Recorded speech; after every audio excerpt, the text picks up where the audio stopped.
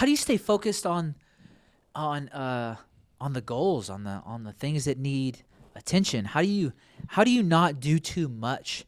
Because a lot of people, what I've noticed right now is a lot of people are just going a ton of different directions all at the same time. Okay. And then some people don't even know when or where or what to focus on. Yeah. And I think a lot of that has to do with priorities for sure. But like, help me get focused. If you were to try to help me, what would you be doing to help me focus? So I think organization is a huge thing. I was not naturally an organized person. I'm organized because my wife is very, very organized. And because of that, I've become organized. And so organization is a huge thing. And I had a friend, mentor, business coach, who is super disciplined, and I watched him do it well, and he helped me in a lot of ways. Routine is the king. I mean, just having and just living by it, and saying, hey, like, this is non-negotiable.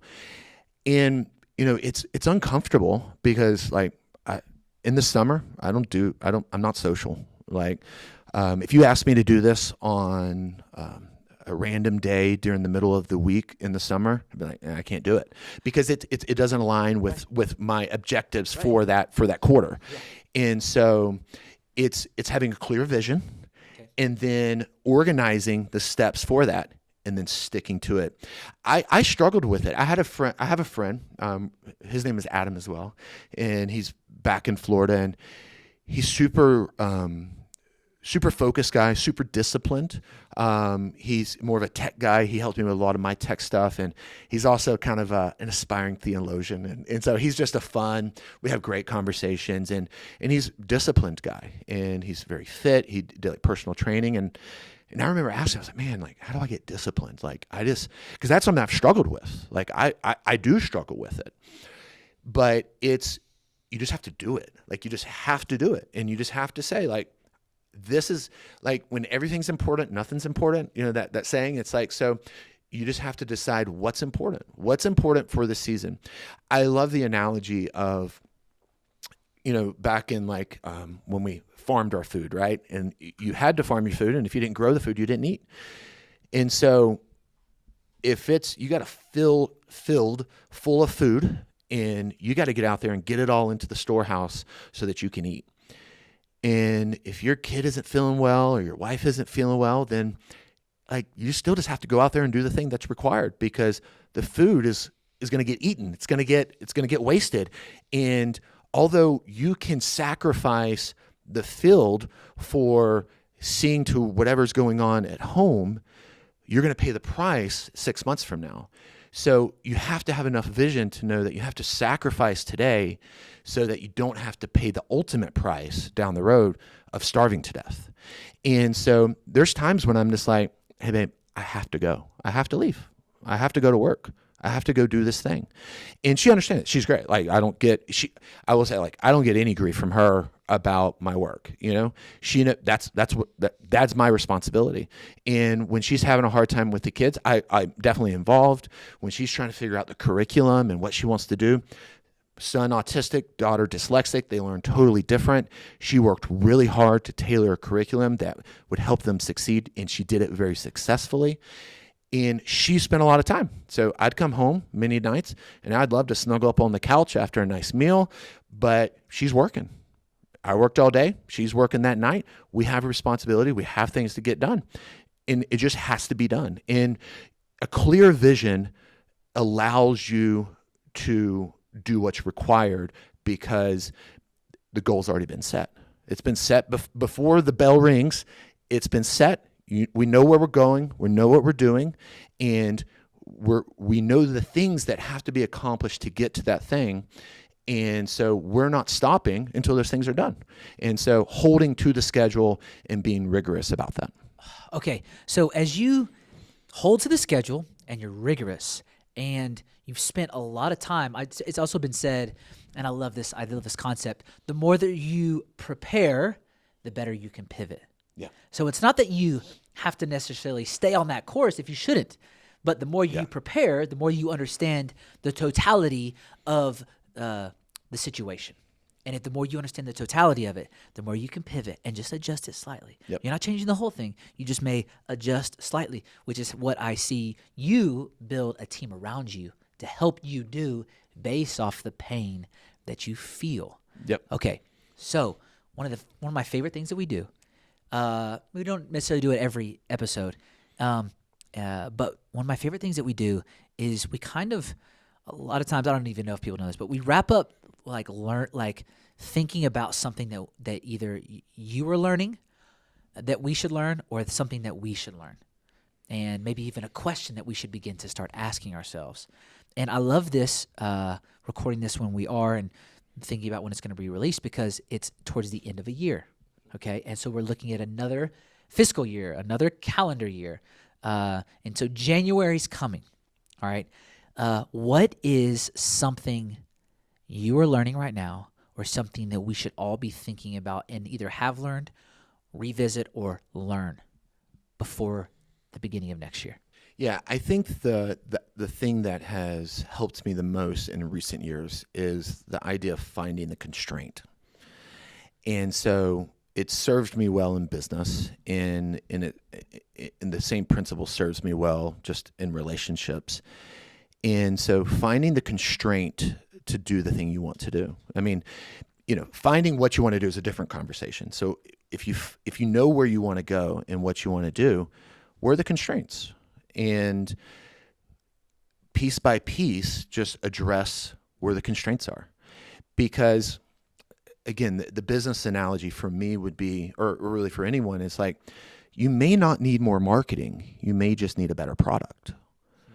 Like if you have a terrible hamburger and you're trying to get everyone to come and you're advertising it and everyone's giving you 1 stars because you don't know how to cook a hamburger, well, you don't need more marketing. You need a better product. The constraint is not the marketing. The constraint is the product. And, the constraint, in this part of my life is not, hey, I need to make more money. The constraint is I want to teach my kids how to make money.